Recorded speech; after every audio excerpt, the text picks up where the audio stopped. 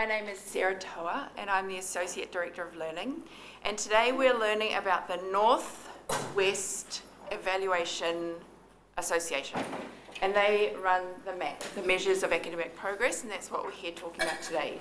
If you think you should be in somewhere else or learning something else, you're most welcome to pop out and leave, but hopefully you're here to learn about this today. I come from the Learning and the Teaching and Learning Centre, and so what our centre does is we think about student learning a lot, and we talk about alignment of practices in our centre, we talk about assessments with students, and we talk about curriculum instruction with teachers. Another part of our work in our Teaching and Learning Centre is to talk about professional learning for teachers, for faculty and staff. So we organise all of that out of our centre. You'll notice also today we've got Glenn Carlson, who is our Director of Learning. He's in the room. We've also got Sharon. I'm going to introduce Sharon. Is here McCartan. Sharon is our data manager. She's she's an amazing data whiz, but that doesn't sound as professional, so she's a data manager. And then we've also got Haneen in the back, who's in our office, and Jinsey is the one back in our office holding down the fort while we're all away. So we've got a group of 5 people in our office, and we just love working in there together. I'm also a mum at the school. I have 2 high school daughters. So my youngest started here in 4th grade, so we've also been through the MAP process and looking at the MAP data as well. So here today we're going to be learning about MAP. I don't have all the answers about MAP. I know quite a bit about it, but there might be some things that you might walk out still wanting to know, and we can help you find answers to your questions, and your teachers can help you find answers to your questions as well. I'm standing here with my table as well because I like to have notes and make sure I don't miss anything, and so we'll just go through it today and see how it goes. Good? Okay. So I like to always start anything I do with our mission. So we're thinking about how our children are challenged and inspired to achieve their dreams. And we want to make sure that they become passionate learners, prepared to adapt and contribute to this rapidly changing world. So everything that we do at ASD is focused on this. So we're thinking about when we're in the playground, we focus on this. When we're designing courses, we're focusing on this. And when we're testing our students, we're focusing on this, about how to get our kids to adapt and contribute. How do we get our kids to become passionate about what they're doing, even when we're doing things like MAT testing with our students. So our focus of today is really thinking about these things, understanding what MAP is. Oh, can I just find out who is new to ASD this year? And keep your hand up if you're a new ASD, or if you're new to 3rd grade, if you're in 3rd grade. And then returning parents. Okay, so this for you today is going to be interesting because we have some people that are coming back and just hearing more about what's going on. They want to develop a greater understanding. If you're new, this might be totally new that you haven't understood. So we're going to be thinking about what MAP is, how it's designed, what it looks like in our school. We're also going to be thinking about how it helps us know where your students are and how to grow them, how to their strengths and their stretches, what we want to move them into. And we're also talking about, let me go back. Oh, we're also talking about the benefits of standardised testing in our school. And so how that helps us in our school. We know that we're looking at this data, we're making sure that we are in line as good as or better than what's happening around the world, and we're pushing ourselves to make our learning better for our students. There are some costs to doing a MAP test, and some of those costs are financial. We pay quite a bit of money to do the testing. We also give our kids quite a bit of time, and it takes time out of their classroom to do the testing. One of the biggest costs that we see is the tendency of some parents to put a huge amount of importance on this one test, and that's a cost that can be not as good for our kids. So what we're thinking about today is how we're not defining our children on one test. So we've got to be thinking, it's almost like, I solemnly swear that when I'm looking at this test, it's not going to define everything about my child today. What we're not going to be focusing on today, our non-focus, is individual, your own child and their development. If you have questions on that, the best person to talk to is going to be your child's teacher, because they've had 2 full months, 7 hours a day with your child looking at this MAP test and a whole lot of other things. So if we have questions about individual students, I'm going to talk to you about how you might approach the teacher and talk to them about those things. Okay? So we're going to start with a check-in. So at your tables, if you can just make sure that you introduce yourself. This is an inclusion activity and it's important for us to get to know each other in the room. So just spend some time explaining who you are, but also there's a second part to this that you don't know yet. Start writing down some questions that you think you might have about MAP, about the MAP testing, about what it means for you. Write down some questions on the post-its there at your table. Go.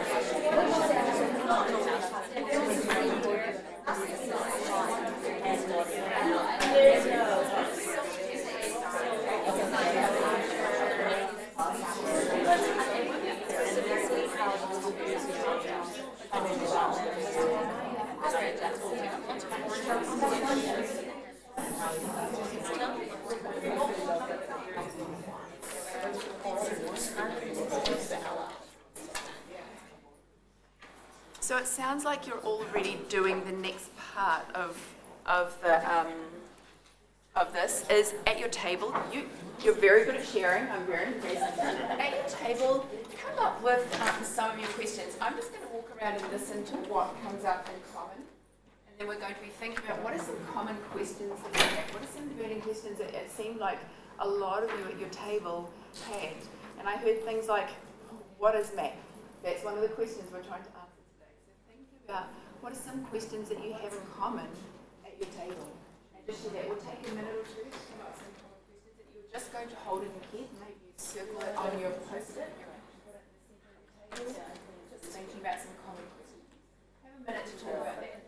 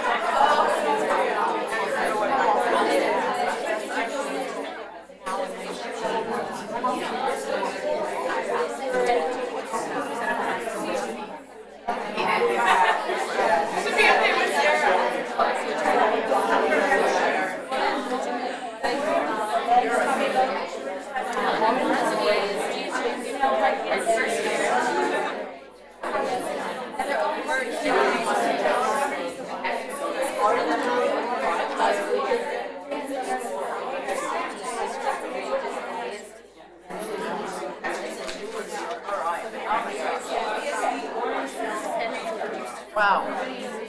Okay, thank you.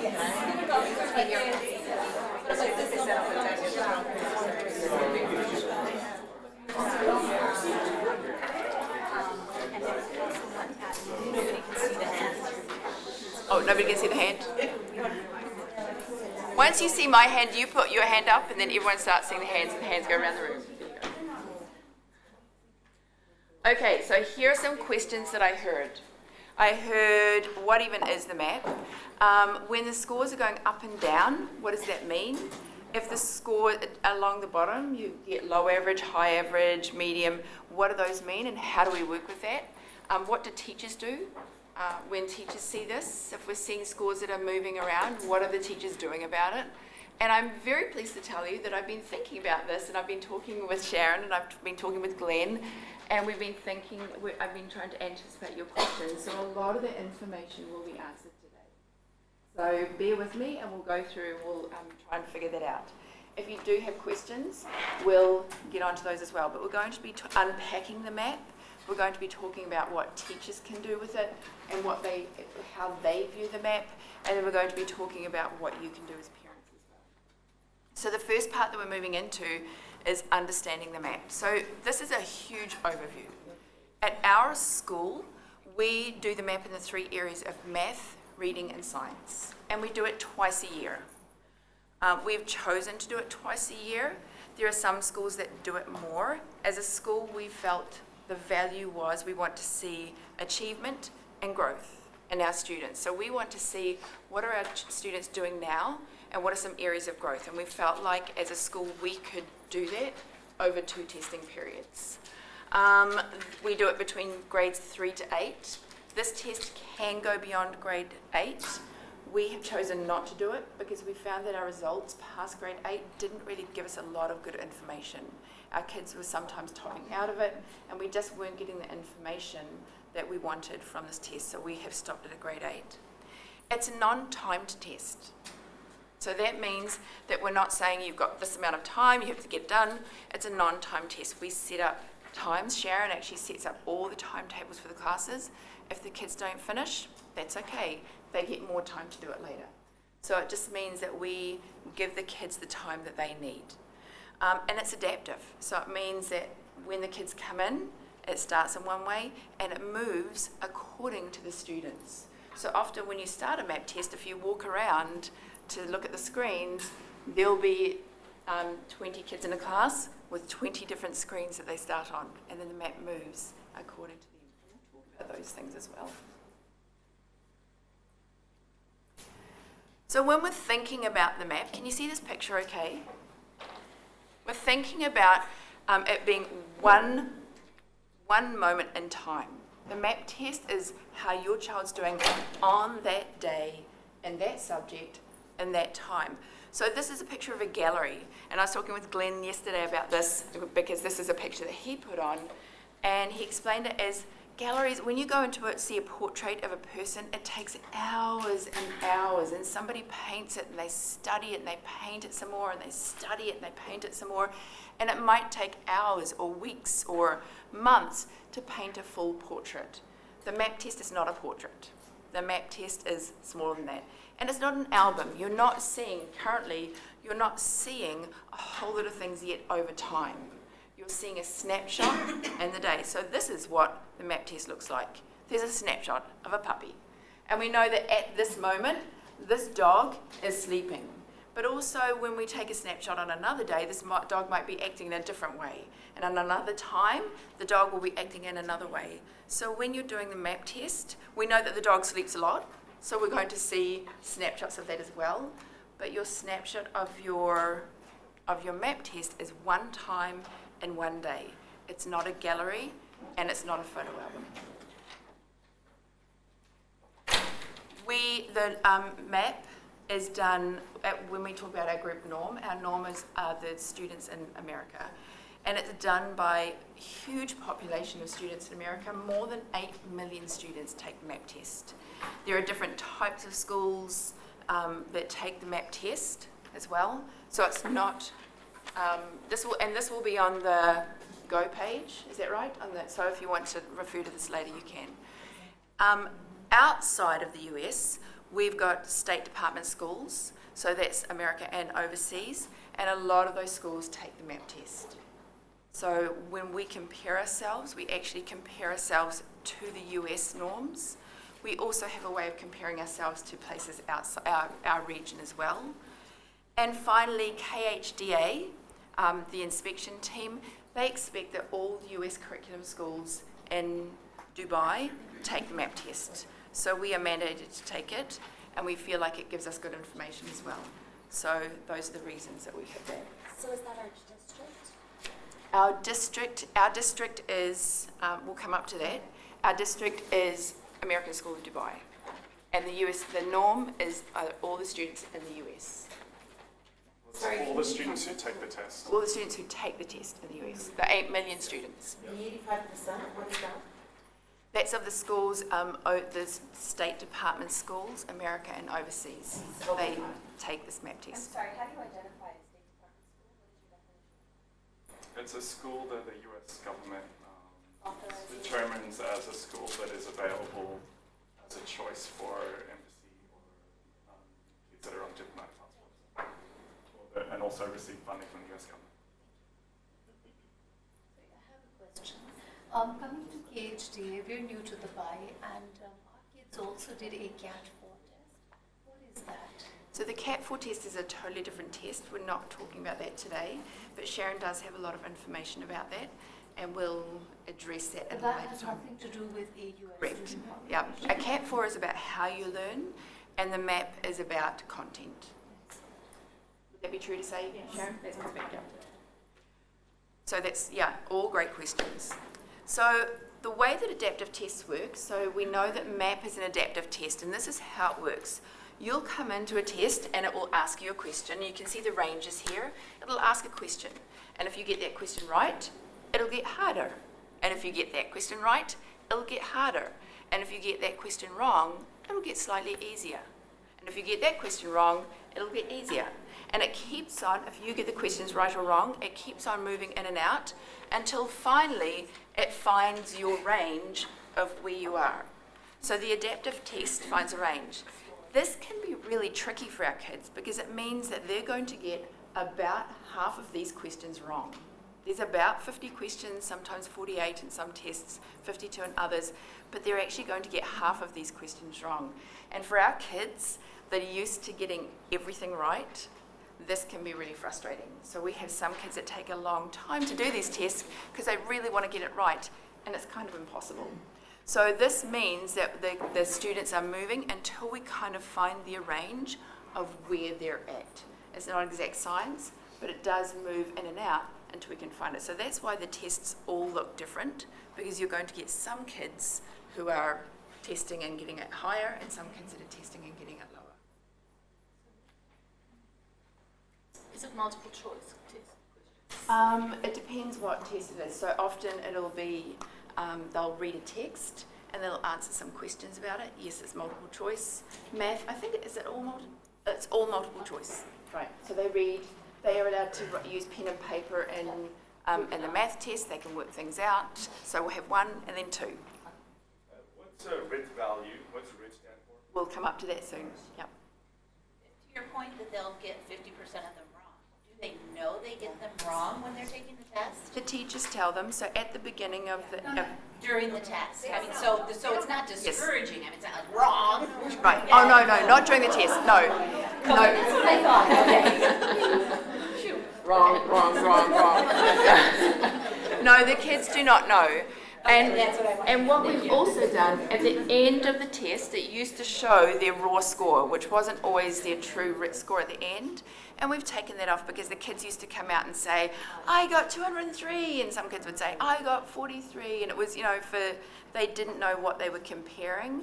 And so for that, we wait till the parent report comes out. Sometimes teachers talk about it with their students and say, this is what you did.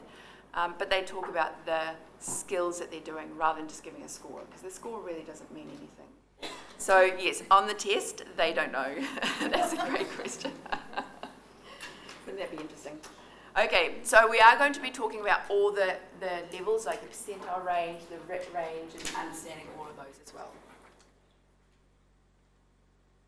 So the RIT is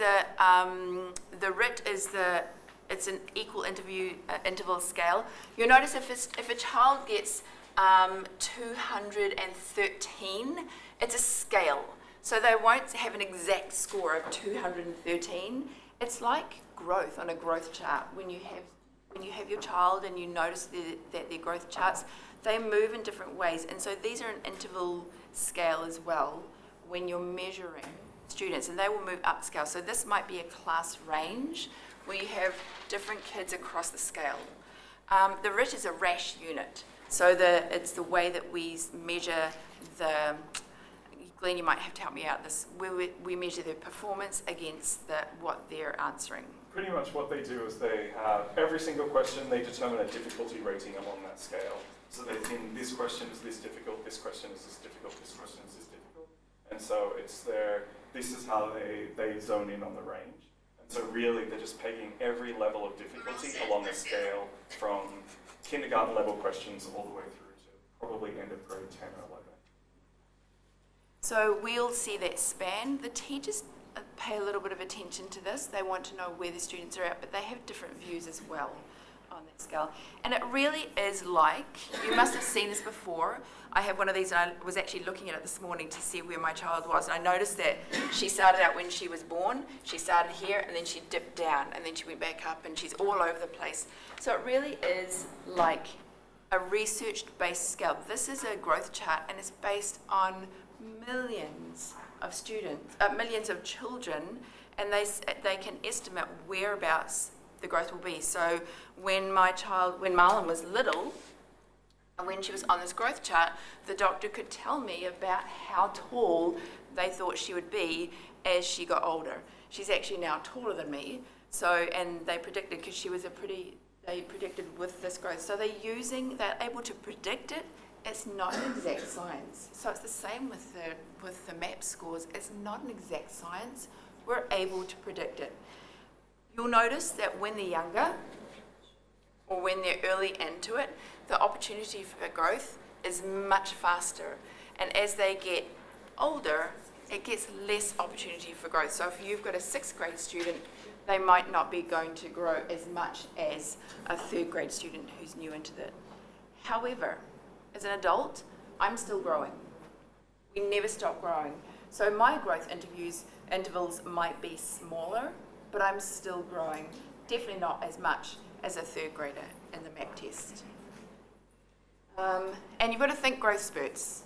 If you were measuring your kid, if you were drawing marks up the wall, have you ever done that when you're drawing marks up the doorway? And sometimes your kid, you might measure them every 6 months, and sometimes they grow this much in 6 months, and you're like, oh, you've hardly grown. And then sometimes they spurt up, and you think, where did that come from? And they will have grown 2 inches in 6 months. It's the same with MAP scores. Sometimes they grow a lot, and sometimes their growth is minimal. It doesn't mean they're not growing. It just means they have different spurts and they're learning different things. Oh, lots of questions about that. Let's do 1, 2, Jomana. Okay, so the rate projection, which is like a dotted blue, is that by the end of this school year? This is for the next test? Like Yes, and we'll talk about the RIP projection as well. Oh, okay. Yeah. Jomana. So my question is, does MAP track the data like throughout their life? Let's say they go to other schools and they take the MAP test somewhere else. So my children came from one school, and the map is exactly the same. The test is the same there, but we couldn't transfer their data over to here. So then when we came here and we were in 4th and 6th grade, we started anew. So I've still got the information from the last school, same test, same way of tracking it, but new data.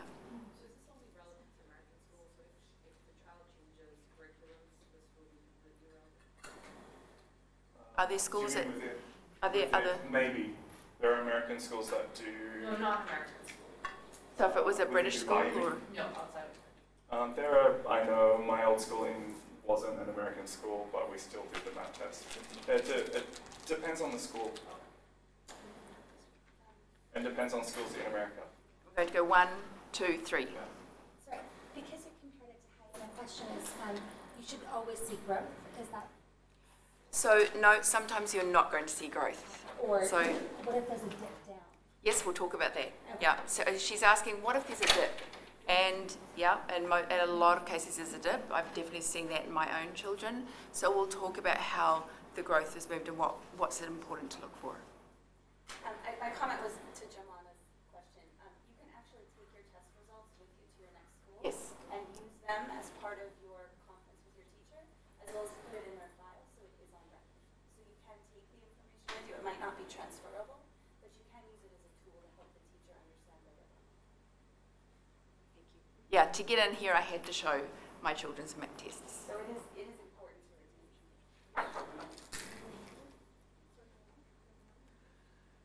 So, and we are going to go through the test, so I'm going to get you to get out your test soon, and we're going to go through each part of it, so we will explain that. Just some terminology that is coming up that's for MAP. The norms are, the norm are how we're compared to others in the US. So it's those 8 million students That's what we're comparing ourselves to, or what the map compares ourselves. So it's those 8 million students in the US. Proficiency is how we're compared to criteria. And the map is based on the Common Core. And we use the Common Core in our teaching. So the Common Core is how the map is based. The growth, here you can see I've made this word italics because it's an estimated growth. When we have our estimated growth and it comes out in the spring, about 50% of the kids will meet the estimated growth and go beyond, and about 50% won't. So it's an estimated growth, and so we might not see the growth that map projected. And then the percentile, we're talking about, I need to get this right because we've been talking a lot about percentile and how it is different from percentage. So percentage we know is out of 100, and we score it out of 100. The percentile is really, I'm going to use the word ranking. You're ranking out of all the normed group. So we'll talk about the percentile range coming up further on as well. So that's a little bit different. I'm so happy that Glenn's here because he's a math guy and I'm a literacy person. So we kind of balance each other out as well. Yes? So in our math test, we're compared within the classroom, within the grade level at ASD, and then we're also compared to the norms in the US. So our district is ASD, Yeah. and then our norms are US students. So at no point are we compared to other American schools in the UAE or Dubai? No, we have that kind of information, and I'll show you that on the slides later on. So we'll see where we stand with those. But no, our tests really compare us to how we're doing as a school and how the US are doing.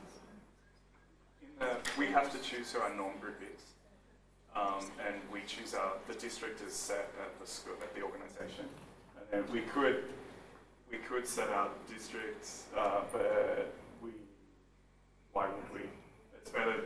8 million kids is better, a much better data set for us to have a look at. I noticed also that our reference data that was used for this recent test was from 2015. Right. It doesn't matter if you're comparing back all the way to 2015 data. Curriculum has not changed since then. They do huge bodies of work when they're looking at this, at the data, and they often update it. But when we're looking at big bodies of data, you don't update it every year. So they'll be looking at 2015. I don't know when the next time is, Sharon. Probably anticipate a change in 2020. I've been asking that question when the next norm is. The last one was in 2011 and it was updated in 2015. And that's very So typical. all the schools are compared to that same reference. Exactly. That's the product that math is offering to you, is you're being measured against this vast body of private, public schools. So these are some things that we teach in math, language arts and science at our school. These are some of the things, and this is a small part of what we teach in the classrooms. There's so much more than this, and of course you know that over 180 days your students, your children are getting this rich body of work. And even within language and reading and speaking and listening and writing, we know that we write across different genres, and we think about strong leads and dialogue and adding evidence to our work. So there are so many things that's very complex about we learn. When we think about MAP, this is what MAP measures. So when we're thinking about that moment in time, MAP measures a tiny part of what we're teaching. And the other thing is, within reading, we know that there are so many different types of reading, and MAP measures quite a small part of that reading as well. So it doesn't measure everything. We have a very rich curriculum with our students, and MAP gives us a very important and a very small picture of what we're measuring. So this is what we think about when we're doing MAP. These are some of the assessments that teachers use. Teachers are assessing constantly. When a teacher asks a question to a child and says, "What are you working on today?" and that child says something back, that's the teacher going, "Oh, this child knows how to speak about this," or they can understand their own learning, or they don't know what they're doing, I need to teach them more. Assessments are ongoing all the time. With MAP, we do it 2 times per year.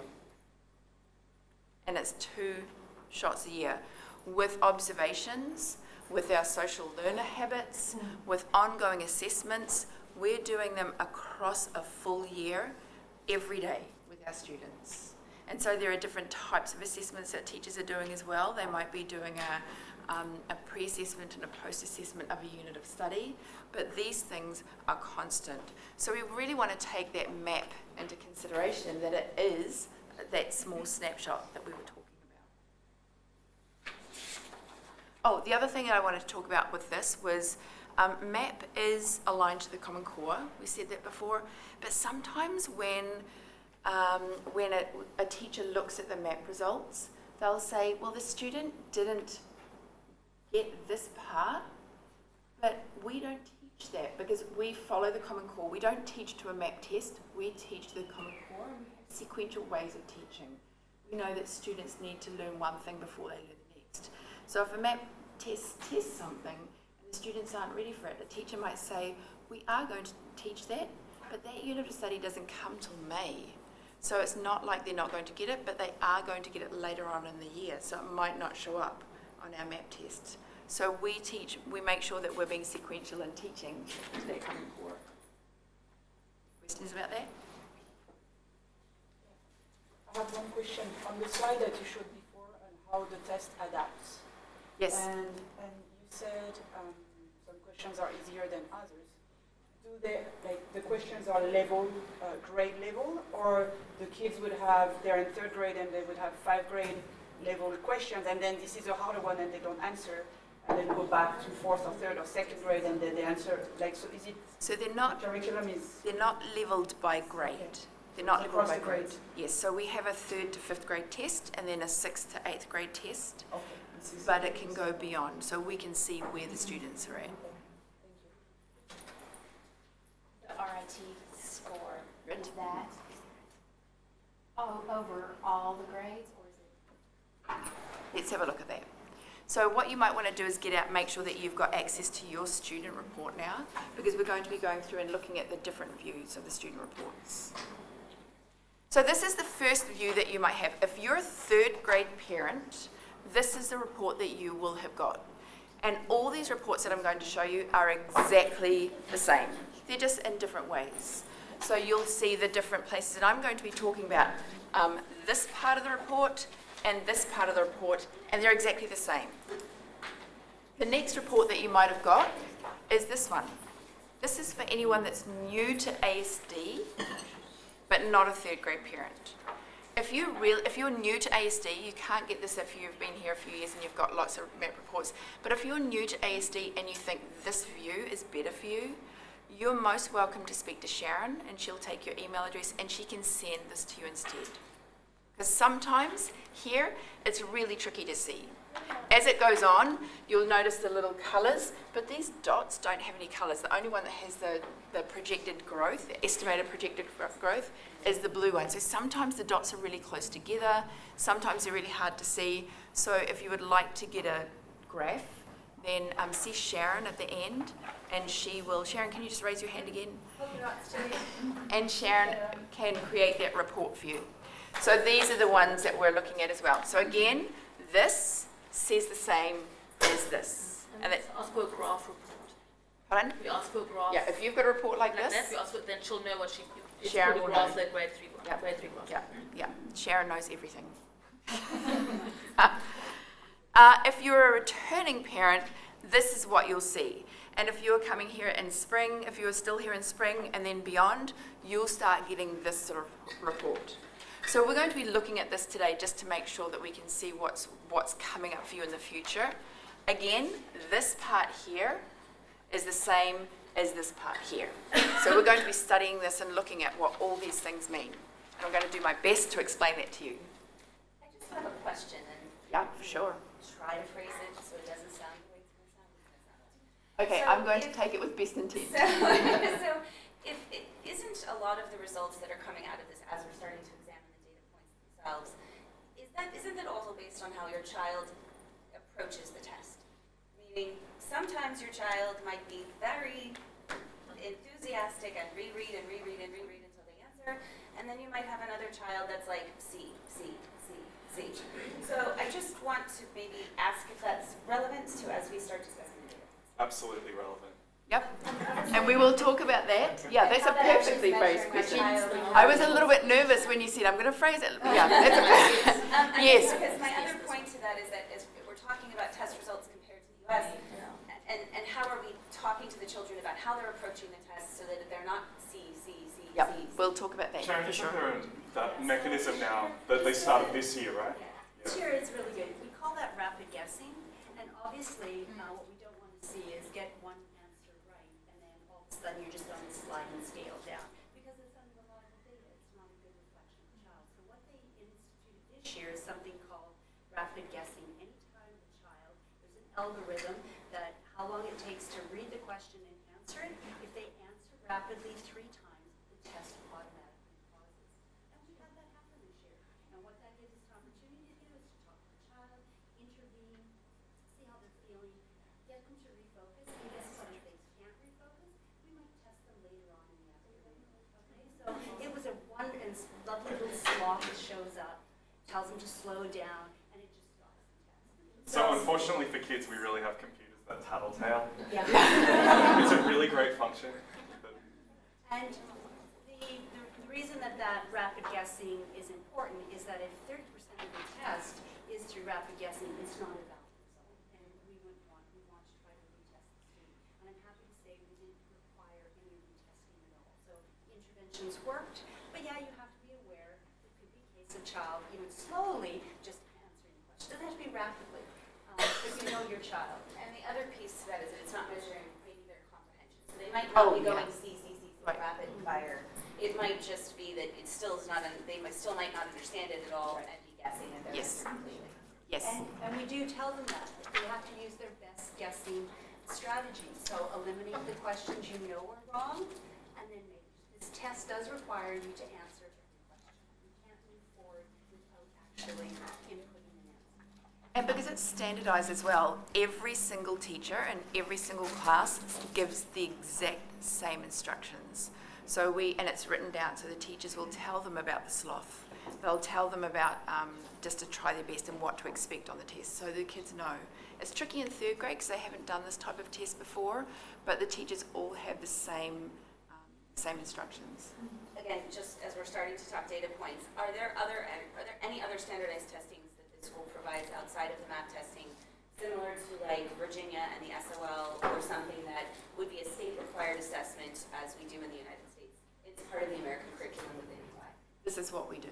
We do have other tests that the teachers do that are standardized, but not standardized testing like this. So the teachers do a standardized reading test Which is the Common Core in-house. standardized testing. Well, it's Fontes Pinel, which is, everything we do is aligned.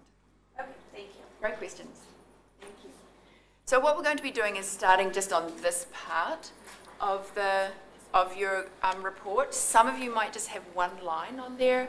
We're going to be looking at somebody, and this is actually one from last year. We're going to be looking at a report that's got a few things, which you'll see as you go on as well.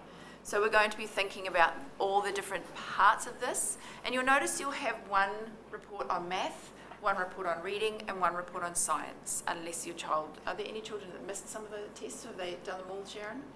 There's some that were absent. Right. If you were absent, you might not have all 3, but mostly people have all 3. So we're going to be going through, and I'm going to be doing my best to explain what all of these things mean. And keep the questions coming, because it's helping us all to understand. If you've got a question on your mind, probably other people are thinking about it as well. So we're going to start with the RIT, which is that RASH unit that we talked about. So you'll notice that with the RIT, there's always a range. We don't give an exact score. And what that range says is, in all probability, if your child took this test, I think it's a 60% probability, if your child took this test again within the next few days, they would probably get within that range. So it means they might not get the exact same score. They probably won't get the exact same score. That's kind of the range that we're in. You'll also notice with this child, and this is an actual child, that we were talking about what if it goes up and what if it goes down. You'll see that this child actually had some times where their scores went down. They've gone here from a 231, and it goes fall 2012, spring 2013, fall 2013, spring 2014. So the FA and the SP are fall and spring. And it goes up, grade 2, grade 3, grade 4, grade 5, grade 8. You'll notice that here it went from 231 to 229. So it actually dropped. 229 to 224. So it dropped. And so this was where a child went up and down. And it's really important for the parent not to look at this one piece of paper and make judgments about their child and make decisions about their child's learning on that one score that we talked about today. So it's really important that we look overall. We're looking for that growth over time. Yeah, good. The growth projection.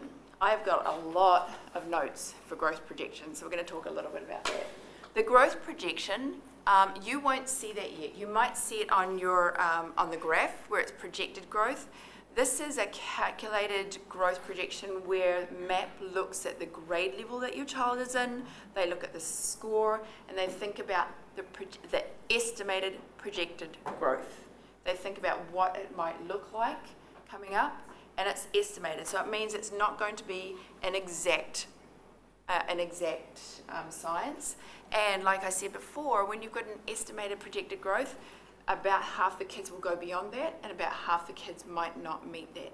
So the estimated projected growth is what MAP, they use their data of the 8 million students, and they think about what it typically looks like for a student that got that score at that grade level. So the estimated growth thinks about that. And in the spring, you'll get a note saying, here was the estimated growth, and then here's the actual growth. So you see, at this time, we talked about how his growth actually went down, his or her growth went down. But then the next year, it went way beyond the projected growth. So those growth projections are a starting place for us to think about where they might go to.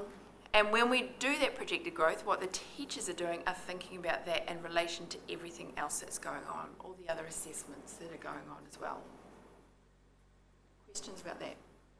So on that top one, that's 17 and 8, so I would read that as they actually improved 17. We had previously projected in that same period that they improved 5. Great news.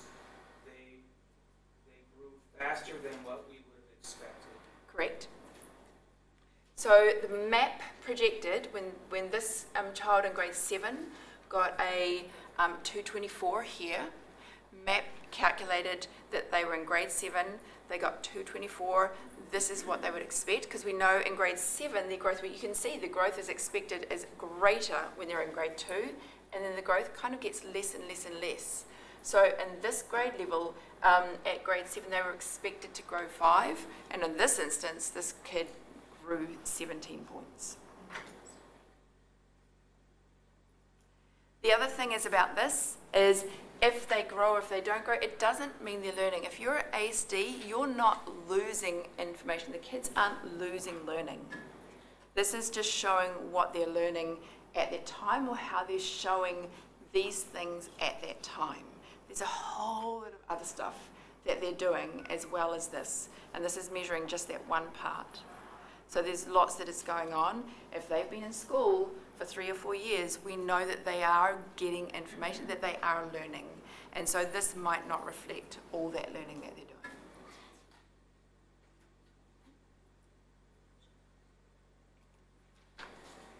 So we've just talked about the rate growth. What we do want to see is this growing over time. So what a teacher will be looking at, and probably you as parents, is how do we grow over time? If we're seeing here that it's not growing over time, if we're seeing 0, 0, 0 or negative, negative, negative, then when we're looking for those patterns, that's what we're looking for. And if a teacher sees that, then they will start thinking about how do we help this child grow, because growth is important. The number about where they're at is not as important as are they growing. And so teachers want to see students grow. So we're looking at how they grow. And like adults, students have good and bad days. So when they're testing, they might have a day where they're testing to answer the question here. They might have a day where they're testing where they do really well and they're so excited and it's so great, and they might have another day where they're testing where they come to school and they haven't had breakfast and they had an argument with mum on the way to school, or their cat died the night before. These things are going to affect how they test, right? And also the thing about the estimate, the growth projection estimate, is it's not an exact science. It is purely an estimate. So for the RIT growth and the growth projection, are they assessed only once every calendar year? Is that why you only have a single score even though they take the exam? So we test them twice a year, but we can only show growth from the fall at the beginning of the year to the spring. That's how we show growth. So it's always a grade level. Yes, within a grade level, but you can also see the growth from year to year. So we're looking at from fall to spring, and then from year to year as well. Does that answer your question?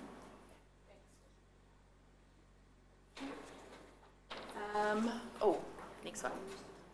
So we're thinking about percentile, the percentile range here. So the percentile is about where you are in the whole body of the norm. So this child at this stage here in grade 8 was in the 78th percentile. So that means, Glenn, make sure I'm getting this right, that means that they are 78%, there are 78% higher than all the other children that took the test.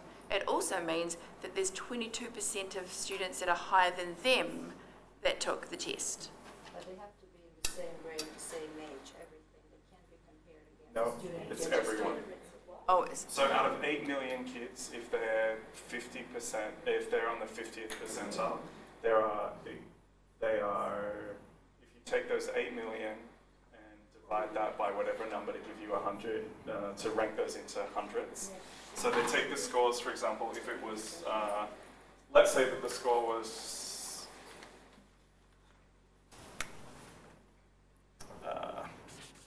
if we had 4 kids, there were only 4 kids, not 8 million, and they had 5, 23, 42, and 51. So if the 100th percentile would be 51, the 50th percentile would be a score of 23. So we take all those kids to mark them, rank them into hundreds and band them. And then, so the 50th percentile means that they are doing better than 50%, than 4 million kids. And that 4 million kids have a better score at this particular instance of this particular test. But I think she's asking, At that moment. are second graders compared to 8th graders? Yes, they are. Yeah, for example, I have It's all students who take the test. 5.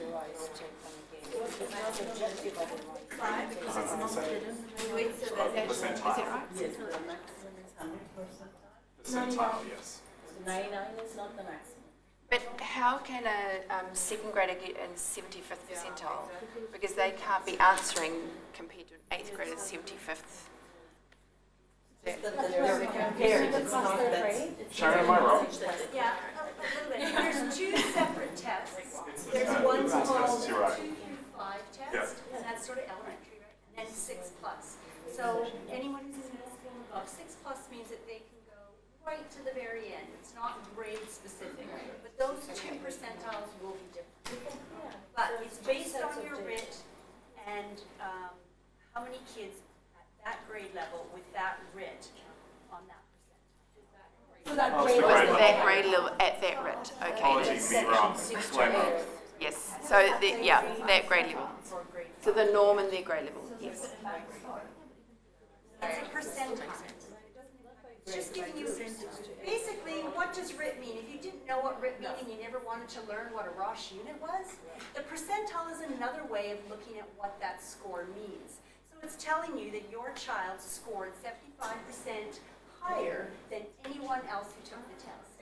In that grade. That grade level, it is in the grade level, yeah, it's not compared to, yes. The 3 to 5 or the 6 to 8 in that test. Like we were talking about, like the test and how it is second grade to 5th grade, not in that block. It's, well, 8 million divided by however many kids take it. We don't know that number exactly, but it's the same reason, it's the same logic as your projected growth. It's based on that grade level that rich. So that's based on projected. that grade level. Yeah, We use so that this number is, 8 million because it's really big, but it's for the entire population who wrote on that particular. And I'm even going to complicate it a bit more. We can even narrow that down to a test window. Because if you test in September 1 versus a child who tests on November 1, they will have had more learning. So we actually put a test window around when we test, and we will be measured against all the kids who wrote with only 4 weeks or 5 weeks of instruction. So it's quite a reliable number. so let's stop here because I know that I'm looking at the time and it's nearly 9:30 and we can go a little bit over. Let's get through this, and if you have questions, jot them down on your post-it notes, and if they're not answered in the next wee while, then come up and see me. And if you do need to leave, if you've got other things on, feel free to leave.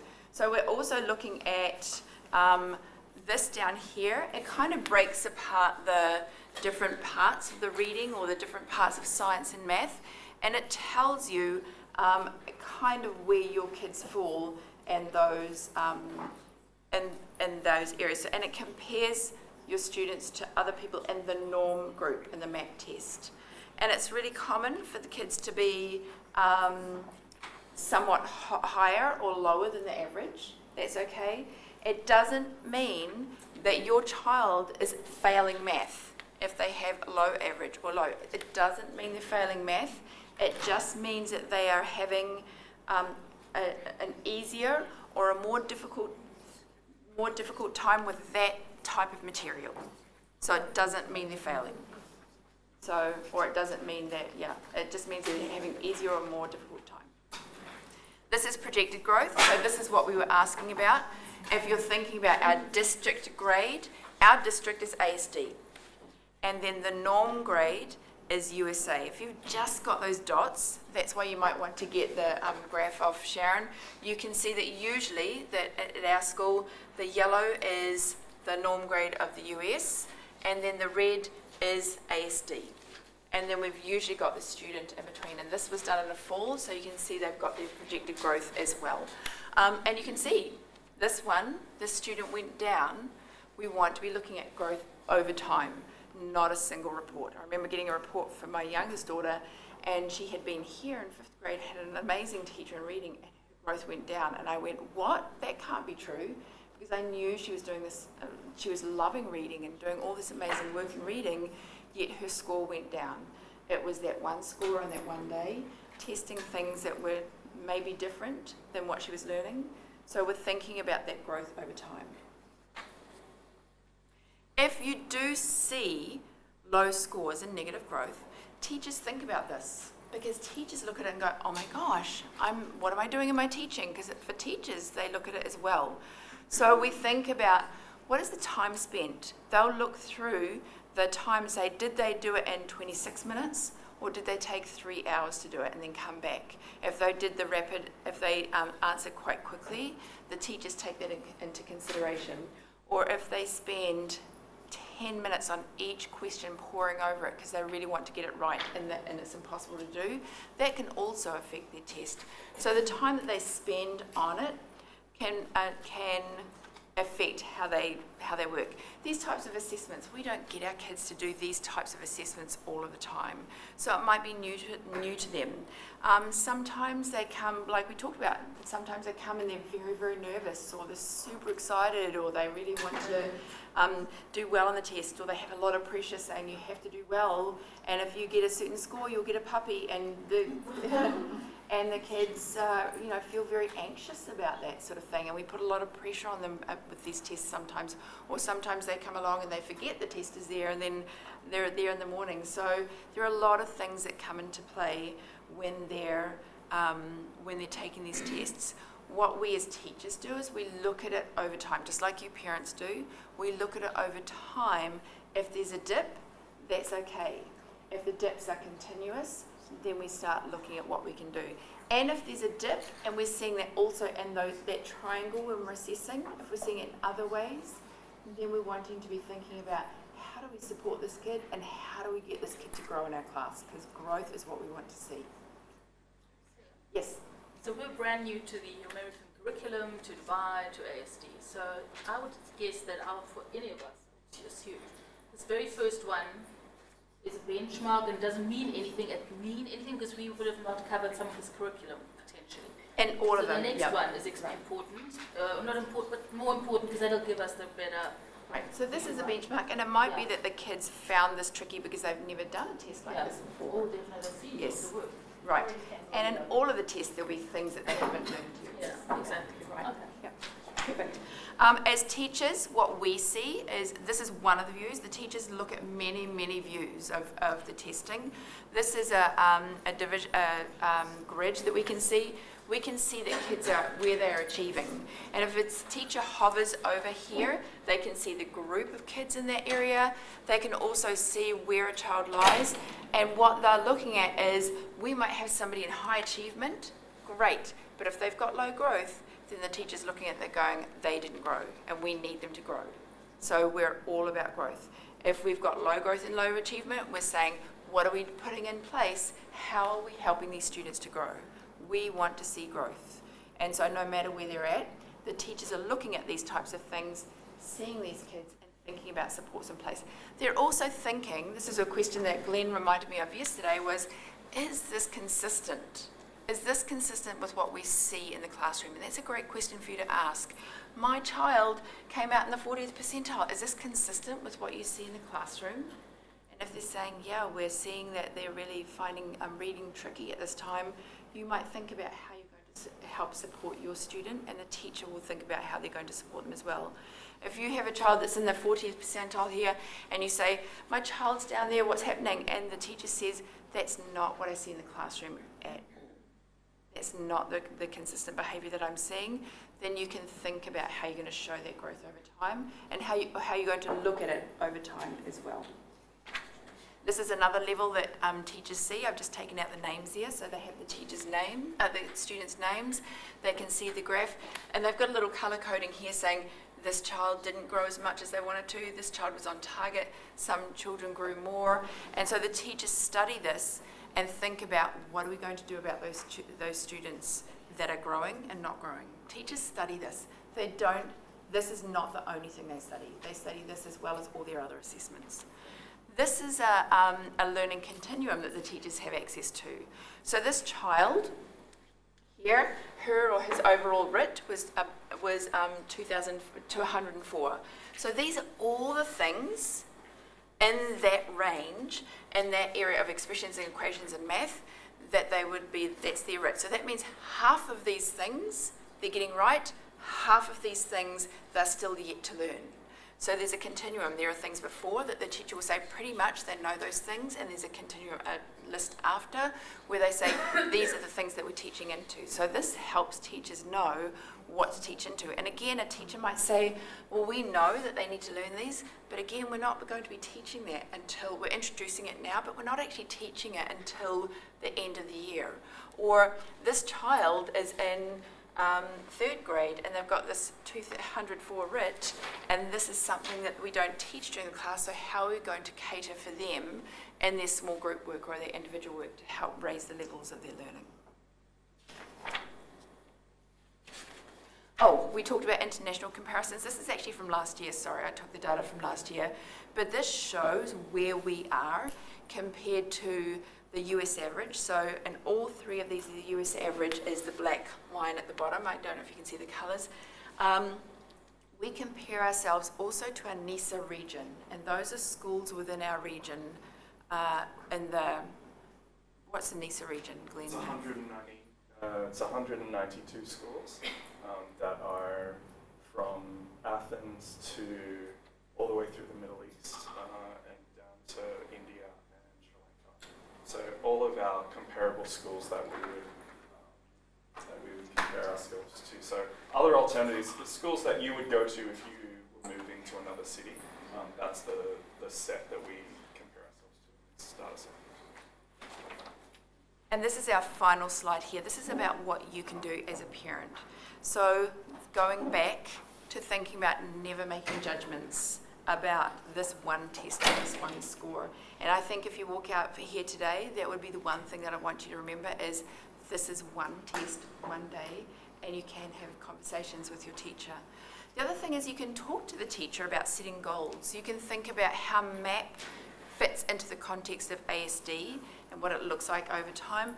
But also, when you're looking at the map, what is the child doing in their other areas of learning? How else are they doing? What are they doing in reading? What skills are they doing really well in reading? You can talk to the child about using any testing as a growth tool. How does testing help you grow and be a better learner? What are you learning from it? When you notice all these things that you're doing well, how are you noticing that you're doing them well? And the other thing is, be matter of fact. I've had kids say to me, if I fail the MAP test, I'm going to drop a grade or I'm going to stay in the grade. And they talk a little bit about it. And we need to make sure that we're saying to them, it's a test. It's one day. We take this into consideration and we think about all the other things that you're doing really well in your learning as well. So we're making sure that we're really helping our kids. Just know that this isn't a huge stress. It's something that we do just to help us grow and learn. I'm going to be here for a little bit longer. If you could give us some feedback on today as well. This is called a 2000 a wish activity, and it just gives us feedback on what we're doing well and other things that you would have liked to have learned today, or other things that you still have questions about, or things that you're going to try now and push into your parenting practice. So the 2 stars means you're going to write 2 of these. You can get a post-it and write 2 things that you learned or that you know or that you're feeling comfortable about. And the wish is, I wish I could, or I wish we, something that I would like to do, something that I found difficult. If you'd like to put your name on it, then that can give us a little bit, if you do have big questions, we can get back to you as well. If you do have questions about your child, you might want to take the MAP paper and go and see your child's parent, a teacher, and talk to them about it and just ask some questions about it. Oh, and Sharon will take names if you'd like, if you're new to ASD and would like to grab you. Thank you so much. Thank you.